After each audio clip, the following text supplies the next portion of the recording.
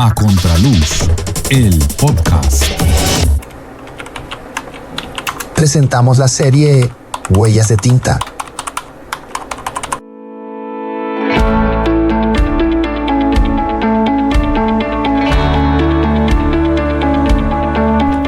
Hola, ¿qué tal? Bienvenidas, bienvenidos a una nueva emisión, un nuevo capítulo de A Contraluz, el podcast. Soy Mauro Ceballos Montoya y les estoy saludando. Hoy me encuentro en compañía de un nuevo invitado. Me desplacé nuevamente a la Universidad EAFIT, que fue, digamos, la impulsora. Esta institución de la ciudad fue como la impulsora de este podcast, porque allí se grabaron los 4 primeros capítulos que fueron parte de la serie Otras Experiencias. A partir del capítulo 5 nos inventamos esta serie Huellas de Tinta, que ya colecciona varios invitados. Hoy me encuentro con el director del Fondo Editorial de la Universidad de EAFIT, además escritor, comunicador social, periodista, próximamente magíster en historia, escritor, este hombre ha hecho de todo, fotógrafo. Estoy aquí con Esteban Duperli y vamos a conversar durante 2 capítulos con él sobre su historia, su vida, su carrera, su desempeño profesional y sobre todo sus novelas. Así que bienvenidas, bienvenidos a una nueva emisión, capítulo 17 de A Contraluz, el podcast. Hoy con Esteban Duperli.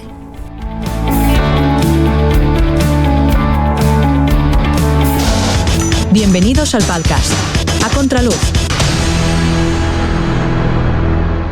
Nos encontramos hoy en la Universidad de EAFIT, donde precisamente se originó este podcast, pero esta vez vamos a hablar con un hombre genial y es Esteban Duperli.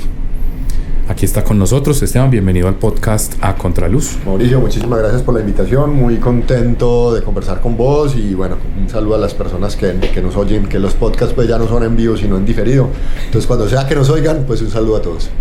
Bueno, Esteban, comencemos. La primera pregunta es tus años, naciste en Medellín, tus primeros años, como algún recuerdo que resaltes de esa infancia en Medellín en los 80 y 90. Mauricio, yo nací a final del año 79, o sea, yo soy de los 80, yo nací a finales de noviembre del 79. Yo crecí en Medellín, he vivido en Medellín toda mi vida, salvo con un par de excepciones de vivir por fuera, pero pues temporadas más bien cortas. Yo vengo de una familia convencional, yo no vengo de una familia de intelectuales. Mi papá era un tipo del comercio y de la industria de Medellín. Mi mamá, su trabajo era la casa y criarnos y educarnos a mi hermana y a mí. La lectura estaba presente en la casa, pero más como una entretención. Sí. Vuelvo y digo, no era una casa de intelectuales. He contado varias veces esta historia. Mi mamá estaba suscrita al círculo de lectores. Y llegaba un señor con una maleta, yo no sé cada cuánto, porque los tiempos en la niñez se distorsionan. Sí, yo no sé si esto era cada semana, cada 15 días, cada mes o una vez al año, pero a mi casa llegaba un señor con maleta que le vendía a mi mamá libros. Yo vivía por donde ahora es la estación del metro de la Guacatala, que en ese entonces eran los confines de Medellín. Uh-huh. El tren pasaba por el frente, ahí se acababa como una parte de la urbanización de Medellín y volvía a empezar ya casi que en Envigado. Entonces, pero pues como los pantanos incluso, ¿cierto? Sí, eso era potreros. Sí, eso pantanos. Y eso pues en los 80, en los 90 todo eso se fue urbanizando. Uh-huh. Fue una niñez convencional, no muy callejera, pero sí mucho más libre y mucho más independiente de lo que son las niñeces hoy en día, que terminan siendo confinadas a urbanizaciones y a conjuntos residenciales y a pantallas. Bueno, sí, y a pantallas aún peor. Sí. Un niño típico de los 80 y de los 90 viendo televisión, oyendo la música, oyendo radio, etcétera. Fue de verdad una niñez muy muy convencional. ¿Qué piensas de esa década de los 90? Que yo siempre, pues los que crecimos en los 80, yo siempre la llamo la década perdida porque se perdió mucha gente, muchos jóvenes en la ciudad de Medellín. ¿Qué opinión te merece como esa década de los 90 que igual crecimos, ¿cierto? Sí, yo voy a decir algo que yo no sé si es impopular o qué, pero yo no me considero como hay gente que dice que es un superviviente. Sí. Yo no me considero un superviviente y no tampoco me considero que tenga un trauma explícito a eso. Ahora, no sé si el trauma estará en el inconsciente, ¿no es cierto? O un trauma menos evidente, a lo mejor sí, pero no me siento especialmente signado por eso, quizás porque estaba relativamente pelado aún, es decir, en el 94 yo tenía 14 años, en el 92 yo tenía 12, en el 89, pues que fue este año tan complejo, yo tenía 9 años. Yo no tuve amigos asesinados, yo no tuve compañeros muertos, quizás vuelvo y digo porque éramos muy pelados aún, pero pues sí recuerdo la presencia, pues las bombas y esto de tener que estar guardado por la noche. Yo recuerdo que en algún momento mi papá le puso unas cintas a las ventanas de la casa porque las explosiones de las bombas fragmentaban los vidrios. Me acuerdo una vez el barrio fue militarizado, me acuerdo los retenes, me acuerdo que había que andar en el carro después de las 6 de la tarde con la luz interior prendida. Me acuerdo los noticieros, las persecuciones, los helicópteros, la policía por todo lado, el ejército por todo lado, pero pues de algún modo pues eso era como el agua al pez, ¿no es cierto? Sí. Eso era como yo no conocía nada más, eso era el entorno que me rodeaba y que rodeaba a todo el mundo. Y pues así que lo normalizaste inconscientemente. Tal vez. Y por ejemplo ahora que escribo, pues mi literatura no se cifra en eso, ¿cierto? Y de hecho es un tema que no me interesa, o no me interesa por lo menos ahora explorar. No me siento como un traumatizado por el narcotráfico. Ahora me tocaron bombas cercanas, me tocaron el ruido de las explosiones, etc. O sea, lo viví todo, pero por algún motivo no siento eso de una manera tan traumatizante o tan aciaga, o vuelvo y digo, pues al menos no en lo explícito, no sé, por los caminos del inconsciente que se moverá. Pero claro, ahora pues yo soy un hombre en este momento de 45 años, ya miro hacia atrás y logro entender lo complejo políticamente y socialmente que fueron esas épocas, pues.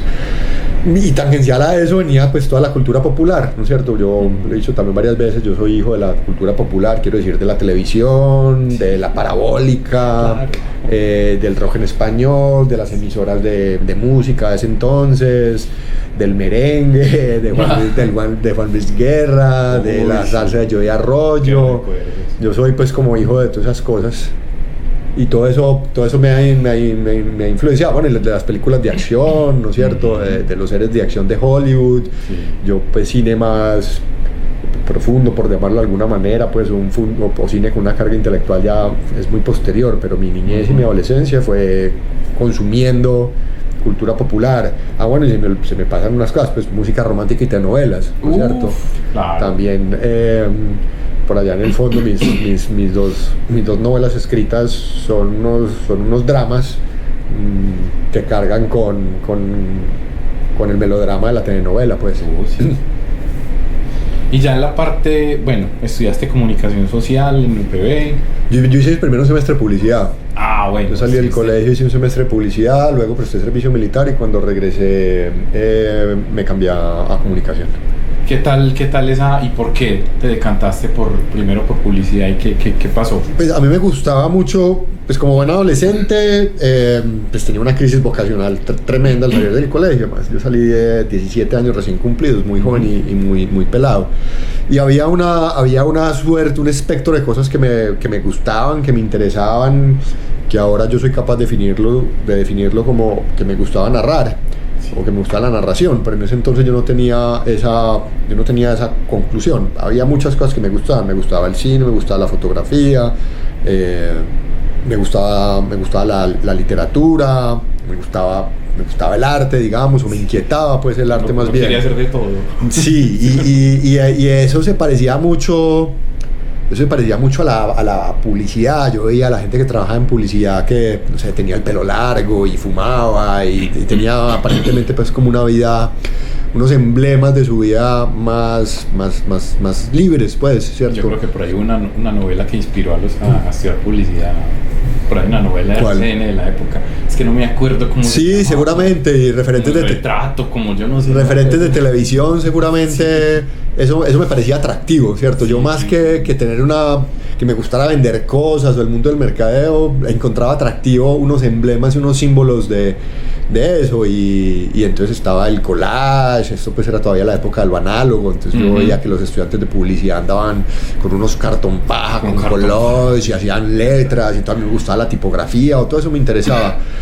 Entonces inicialmente arranqué con eso, y bueno, luego me cambié para comunicación, que seguía orbitando un poco en torno a lo mismo, en poder tomar fotografías, en poder hacer videos, cine, escribir. También era un mundo más pequeño, sí, pero era un mundo también más pequeño. Las opciones de carrera no eran tantas como hoy en día, ¿no es cierto? Quizás si yo me graduara del colegio, quizás estudiaría otras cosas, por ejemplo ciencias biológicas me llaman mucho la atención, etcétera. Pero en ese entonces era mucho más restringido. Nunca estuvo en mi familia la posibilidad o ni siquiera la idea de estudiar en otro lado, en otra ciudad. Entonces era un poco pues la oferta que había en Medellín, y lo que se parecía más a mis ambiciones, a mis pulsiones y a mis gustos eran estas carreras. Y ese paréntesis del servicio militar, o sea, ¿fue porque quisiste o fue porque en esa época, o sea, lo pregunto porque en esa época se usaba mucho, yo no sé si todavía, pero como que a veces los papás decían como no, yo no lo voy a mandar a usted por allá. Claro, y había un tráfico, había un tráfico negro de libretas, que era una forma muy permitida de corrupción, especialmente en las clases medias y en las clases altas, que luego pues han clamado mucho un país tomado por la corrupción, y no sé si logran hacerla. Si logran conectar la idea de que cuando ellos le compraron la libreta militar a sus hijos, claro, pues eso era un acto de corrupción. Eso era una idea muy común en la época. No, digamos, pues en mi familia pues no estaba la opción de sobornar a alguien ni pagar por algo. No era algo que yo quería, pero tampoco fue algo a lo que me opuse. Y pues terminé cumpliendo, pues haciendo algo que era, digamos, una norma, ¿no? Y es que los bachilleres, algunos bachilleres luego de terminar el colegio, por un sistema de sorteo, iban al servicio militar. Para mí fue una experiencia, digamos, enriquecedora en términos vitales, porque me puso en contacto con otras personas, con otros ambientes, conocí otros ámbitos. Para mí, nuevamente, no guardo en eso tampoco una experiencia traumática. Mi relación con la disciplina nunca ha sido conflictiva, mi relación con el orden tampoco ha sido conflictiva, y más lo que me dio fue experiencias vitales, que ahora yo no quisiera pues volver hoy al ejército, ni yo tenía pues una vocación militar adentro, pero lo tengo que decir, para mí fue una experiencia enriquecedora en términos de la vida. Yo creo que uno debe exponerse a la vida, a situaciones, a cosas adversas, a cosas que te retan, pues, ¿cierto? Eso me permitió expandirme, llevar mis límites más allá, conocerme mejor, y empezar a transitar hacia la vida adulta, que es la vida adulta es una vida difícil y de retos. Entonces, vuelvo y digo, para mí en términos vitales fue una experiencia enriquecedora. Estás escuchando A Contraluz, el podcast.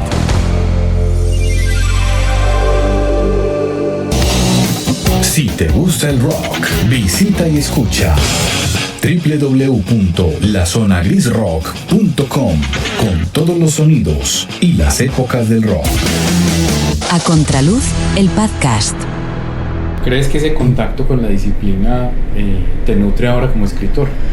Pero no necesariamente pues de la disciplina militar, yo ya traía eso adentro, pues, ¿no? O sea, mi casa siempre fue una casa de disciplina y de normas, sí, con reglas, con normas, con horarios, con llevar tareas a cabo, pues, ¿no es cierto? Tender la cama, levantarse temprano, sí, no ver televisión hasta tarde, no tomar Coca-Cola en las mañanas, comerse el almuerzo, responder de una manera correcta, digamos, pues, también eso pues muy clásico en esos sentidos.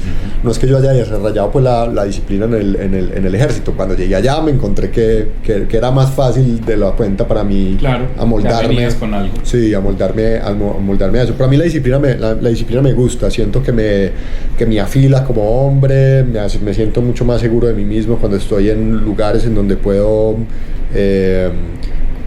en los que estoy rodeado, digamos, como de rutinas de disciplina. Ahora, que también son flexibles, pues, pero me gustan los horarios, me gusta levantarme temprano, me gusta tener método, eso vuelvo y digo, siento que me afila como hombre. Y lo he intentado trasladar, pues, a todas las esferas de mi vida, por supuesto, vuelvo y digo, siendo flexible, pues, no soy pues, un rígido, pues, ¿no es cierto? Ni un loco, pues, de las disciplinas y de las normas. Las normas también están hechas para quebrarlas, especialmente las absurdas. Y la sociedad cada vez se va llenando más de normas absurdas. Sí. Entonces, pues, alegría por los que rompen las normas absurdas. Tu relación con la fotografía, ahorita nos contaste, pues, que recién salido del colegio te gustaba como todo este tema visual. Sí. ¿Cierto? Pero ¿cuándo empieza la relación en serio con la fotografía? Pues es que la fotografía es una cosa que me ha rodeado desde el principio, también nuevamente como el agua al pez. Mi familia paterna tenía un negocio de fotografía, de revelado fotográfico, que era el resultado de una tradición de fotógrafos, ¿no? Sí. Y de comerciantes de los productos fotográficos. Incluso tenía un eslogan genial que me encantaba: revela tus recuerdos. Sí.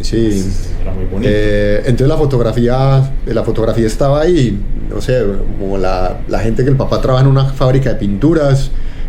No termina pintando. Pues, exactamente, o las camisetas son de la promoción de la pintura. Los hijos de los doctores, uno ve que siempre tienen la cartucherita del colegio, era de Bayer y de Pfizer, ¿no? Sí.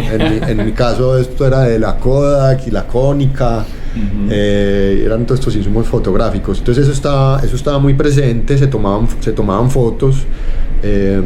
Mi abuelo y mi bisabuelo y mi tatarabuelo habían sido fotógrafos, entonces había una tradición. Entonces eso, pues, normal, yo lo absorbí, o no sé si o ya lo traía en los genes, o de verlo, pues me resultó natural. Terminé teniendo pues a mí me cuesta hablar como en términos elogiosos de mí mismo, pero un buen ojo para la fotografía, y me interesó y me llamó la atención. Entonces empecé a practicar fotografía. Y durante varios años lo hice, digamos, profesionalmente. O profesionalmente quiero decir que vivía la fotografía. Fui reportero gráfico para revistas y para periódicos en una temporada que fui periodista freelance, y hacía retratos y cubría eventos y hacía todas estas cosas, y desarrollaba paralelamente una cierta práctica fotográfica un poco más, yo no diría artística, pero sí estética, pues. Sí. Desde hace unos 3 o 4 años ya abandoné la práctica fotográfica y me he dedicado más al estudio de la curaduría de fotografías, y he empezado a acompañar fotógrafos a organizar su obra. Quizás me di cuenta que mi lugar en la fotografía no está tanto en la toma, sino en acompañar a otros fotógrafos y en interpretar la obra de otros fotógrafos. Claro. Entonces he empezado a escribir sobre fotografía, investigar sobre fotógrafos. Trabajé varios años en la Biblioteca Pública Piloto, en el archivo fotográfico, en una figura similar a la de curador. Entonces, nuevamente, ahí mi lugar no estaba en la toma, sino que mi lugar estaba en análisis y en la interpretación de fotografías que otros habían hecho. Pero, pues, en definitiva, la fotografía es algo importante para mí en términos intelectuales, espirituales, anímicos, estéticos, y pues hace parte de mi historia familiar. Y era la pregunta que seguía, el tema de cuando estuviste en la Piloto. ¿Cómo llegaste ahí? ¿Cómo fue? ¿Y qué tal esa experiencia? Yo era pues he sido mucho tiempo freelance. Yo me dedicaba a varias cosas, no a muchas, pero sí a varias. Yo trabajé en cine como asistente de dirección, trabajé en efecto, digamos, en publicidad y en diseño gráfico, hacía animación digital con una oficina que tuve. Luego eso lo cambié y me volví periodista freelance, y entonces escribía y tomaba fotos y hacía videografías. Fui jefe de prensa de la Fiesta del Libro. Es decir, yo he tenido como saltos vocacionales que en últimas todos van hacia el mismo lugar, que es narrar. Sí. Pero explorando la narración desde diversas partes. Y justamente estando en la Fiesta del Libro como jefe de prensa, terminaba yo ya mi periodo, y Sirley Zuluaga había sido nombrada recientemente directora de la Biblioteca Pública Piloto. Esto es final del año 2016 o principio del 2017, si no me equivoco. Y ella sabía de mi relación con la fotografía. Yo ya había escrito sobre fotografía en algunos medios, y me llamó y me dijo que si quería ser parte del equipo de ella, justamente trabajando en el archivo fotográfico, y ahí me conecté y empecé a hacer unas labores muy parecidas a lo que hace un curador, o en términos de fototeca se llama un comisario, que es alguien que ayuda a cuidar el material, a conservarlo, a preservarlo y a interpretarlo y a difundirlo, ¿no? Porque y esto es fotografía patrimonial, es decir, fotografía antigua, una fotografía en blanco y negro de 1890 puede ser muy bella, pero si la fotografía no se investiga cuál es su significado, qué aparece ahí, por qué fue tomada, por qué razón, en dónde circuló, pues eso es una imagen en blanco y negro que se desvirtúa una vez pasa esta impresión primera de oh, qué bello. Eso dura unos minutos, o dura unas horas, o quizás dura unos días, pero eso no convierte la fotografía en importante. Lo que la convierte en importante es el análisis, es entender la fotografía, qué dice, dónde circuló, quién la hizo y por qué. Y eso es lo que yo empecé a hacer allá en el archivo fotográfico. Es como lo que pasa cuando la gente dice como que tan interesante el libro, pero que hay más allá del interesante. Exactamente. Y en literatura pues hay unas metodologías para hacer eso, que es la hermenéutica. En fotografía está la iconografía y la iconología. Y bueno, y también pues las teorías pues en torno a lo patrimonial, que el archivo fotográfico de la Biblioteca Pública Piloto es un archivo de características patrimoniales. O sea, ahí estuve 5 años largos. Uy, siempre. Sí. Empiezas historia, ahorita nos contabas. La maestría en historia. La maestría en historia. Sí. ¿Qué te llevó a eso? ¿Precisamente ese contacto con el análisis fotográfico, o qué más influyó? Sí, yo podría decir una sumatoria. Digamos, en el colegio siempre me gustó la historia, pero no la consideré como una opción profesional cuando ya salí pues a una carrera universitaria. Luego descubrí que había unas cosas que llamaban maestrías, que era pues lo que seguía después del pregrado. Que le complican a uno la vida. Mucho. Y pues estaba en la Biblioteca Pública Piloto, cerca estaba el campus de la Nacional. Y estando ahí en contacto con ese material de la biblioteca, justamente cuando la fase de maravillarme por lo estético pasó, pues porque pues yo llegué allá y empecé a ver todas estas fotos, y esto era todos los días viendo fotos, qué maravilla, pero en algún momento empecé a decir, bueno, ¿qué hay detrás de esta cosa tan bonita que estoy viendo? Y justamente al empezar a interpretar esas fotos, a investigarlas, a estudiar sobre ellas, a hablar sobre ellas, me di cuenta de que había unos temas que no aparecían, me di cuenta de unas repeticiones, me di cuenta de unos individuos que no estaban. Entonces me pregunté, bueno, ¿dónde están estas fotos? ¿Por qué no aparece la naturaleza? ¿Por qué no aparece lo que hoy llamamos diversidad? Es decir, ¿dónde está la afroantioqueñidad?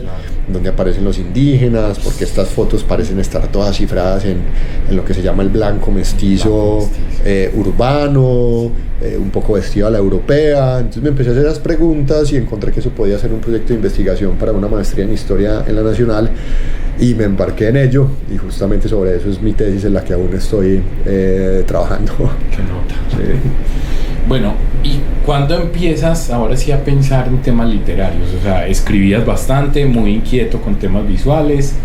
Pero sabes que no escribía tanto. Yo no tengo el mito del niño escritor. No sé si yo tampoco. No sé si eso te pasa a vos. Yo no tengo ese mito del niño escritor. Yo no era pues el niño que escribía cuentos, no era el del periódico estudiantil, no era ninguna de esas cosas. Me gustaba leer, pero tampoco era un gusto desaforado, pues.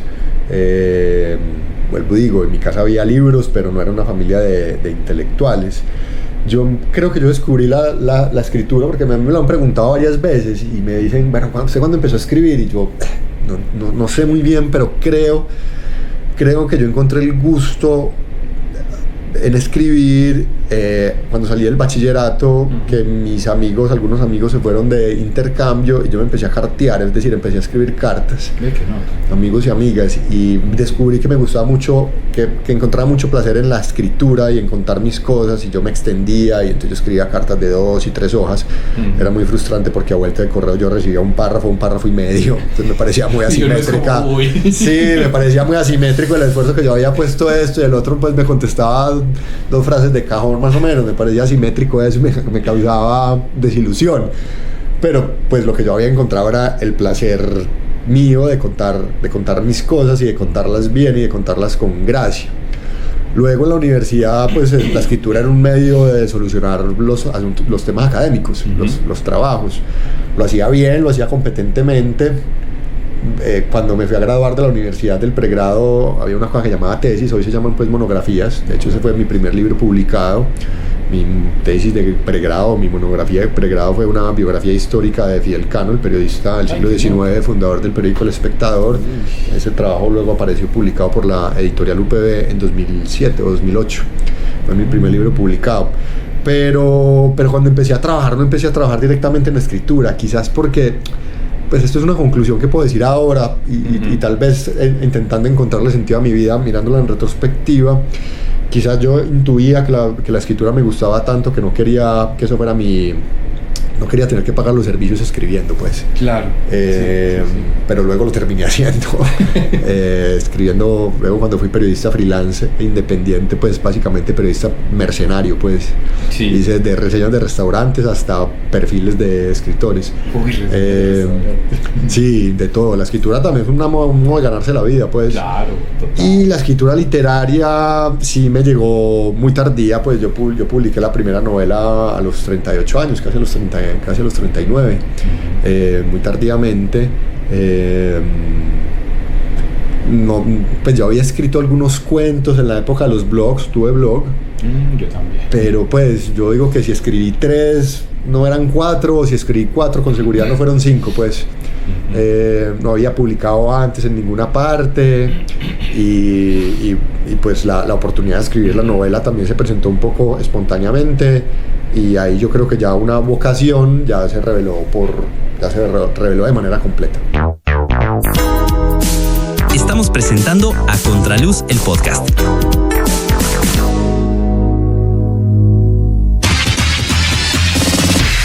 Te presentamos nuestra sección ¿Sabías qué? Una píldora de conocimiento al final de nuestro espacio. Y en nuestra sección ¿Sabías qué? Lo prometido.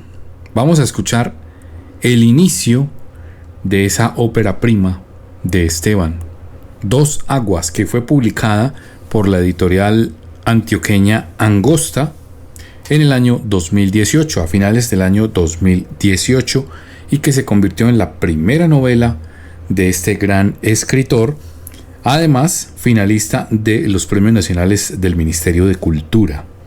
Vamos entonces, en la voz de Fernando Urán, a disfrutar de los primeros 5 minutos de esta gran historia, Dos Aguas, que si no se la han leído, pues se las recomendamos, porque de verdad que trata un tema bien importante, y pues se nota la escritura tan visual que tiene Esteban, esos elementos tan visuales que tiene él en su escritura, mucho paisaje, muchos elementos, desde el mosquito, desde lo que hay en la arena, hasta lo que se ve a lo lejos, en la distancia, en el mar, en fin, muchas cosas, muchos elementos están presentes en este primer, durante toda la novela, pero vamos a escuchar este primer trozo de 5 minutos de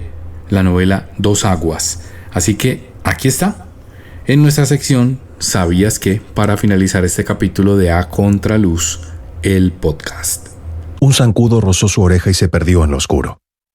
Quieto, envuelto en la hamaca, el boga escuchó los movimientos de la noche, las hojas de las palmas agitarse con la brisa, las olas deshacerse en la orilla, un coco caer sobre la tierra, una babilla entrar al agua en el manglar, una chicharra tras la puerta, el silbido alto de un murciélago. Eran los ruidos de siempre en la madrugada del Golfo. Permaneció así, alerta a la vibración distinta que lo había sacado del sueño, hasta que, de nuevo, un sonido ajeno viajó en el viento. Desde el mar vino una expulsión de aire, una gran respiración. Puso ambos pies en el suelo, las plantas anchas sobre el piso de tierra, y se sentó a horcajadas en la hamaca guindada a la viga de madera. Vio el tejido aprisionado entre su ingle que al liberarse se expandía como la cola de un pargo. En la otra hamaca, junto a la suya, Flora. El boga se levantó y fue al fogón. La concha de un coco se quemaba sobre el rescoldo y ardía con los golpes del viento. Un hilo de humo se elevaba en un tirabuzón blanco. Se acercó, sopló, y el aire apartó la ceniza hasta descubrir la candela viva. 3 hebras del capacho aún intactas se retorcieron encendidas, y emergió una voluta que abanicó hacia su cuerpo. Llevó humo a las axilas, llevó humo al pelo apretado. Sopló de nuevo, y se formó una nube densa que comenzó a ascender y a deshacerse con lentitud. Se bañó el torso completo en ella y salió, protegido contra los zancudos. Tomó la linterna, aunque no la necesitaba esa noche. La luna estaba arriba, completa, gris, como una bola de cemento. Una luz ceniza lo bañaba todo.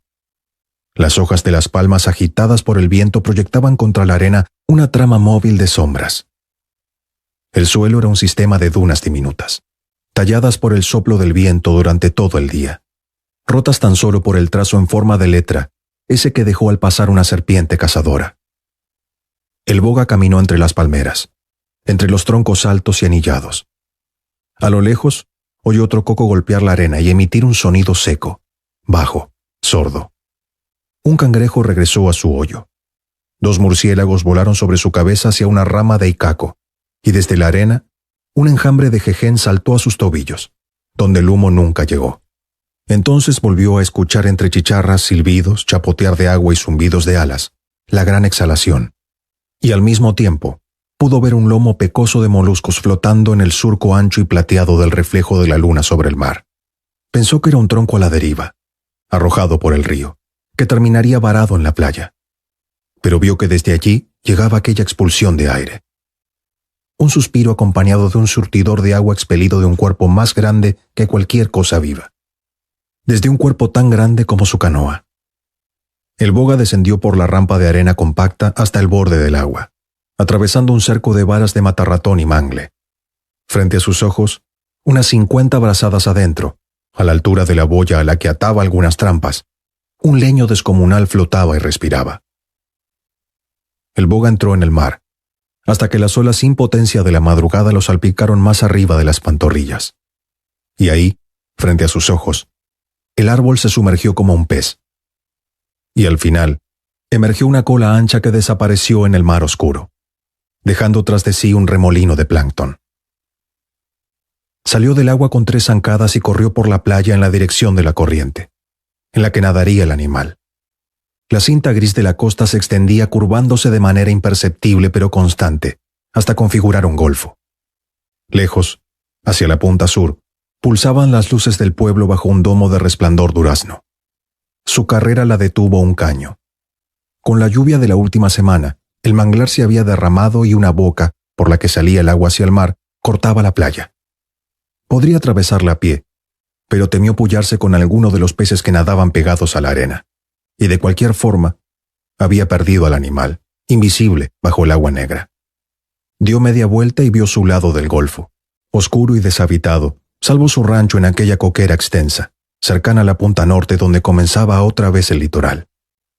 Allí, en una elevación natural, como una meseta enana, decenas de palmeras se levantaban en un terreno de arena suelta y tierra amarilla y porosa, manchada aquí y allá por enredaderas rastreras de verdolaga y matorrales de icaco. Un hubo crecía a un costado, inclinado hacia el agua, con las raíces exhibidas en la tierra erosionada por el continuo golpe del mar. Estamos presentando A Contraluz el podcast. Lo que nos gusta, lo que nos interesa, lo que nos mueve, lo que nos hace pensar. Todos los temas y todas las historias están en A Contraluz el podcast. Escúchalo en tu plataforma favorita.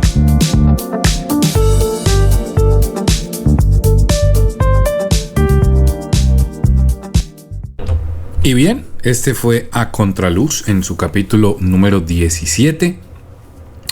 La primera parte de la entrevista, de la conversación que tuvimos con el escritor Esteban Duperle Posada. La invitación es para que sigan con nosotros, compartan nuestros episodios, comenten si les parece importante, si lo desean. Si quieren sugerir algo, si nos quieren dar varilla, si nos quieren felicitar, bueno, en fin, lo que quieran a través de los comentarios en las diferentes plataformas. Recuerden que estamos en 3 plataformas: en YouTube, en Spotify y en Apple Podcast. Ahí usted puede conseguir todos los 17 episodios de A Contraluz. Les deseamos un resto de día bien, pero bien interesante, bien feliz. Si lo está escuchando en la noche, pues entonces que tenga una muy buena noche. Y los invitamos a que sigan pendientes de A Contraluz, porque muy pronto la continuación de la charla que tuvimos con Esteban aquí en el podcast A Contraluz. Seguimos transitando huellas de tinta, hablando con escritores, con editores, con libreros, con lectores, en esta gran serie que ya se nos lleva más de 10 capítulos, Huellas de Tinta. Chao, sigan con nosotros y muy pronto nuestro próximo capítulo de A Contraluz, el podcast. A Contraluz, el podcast.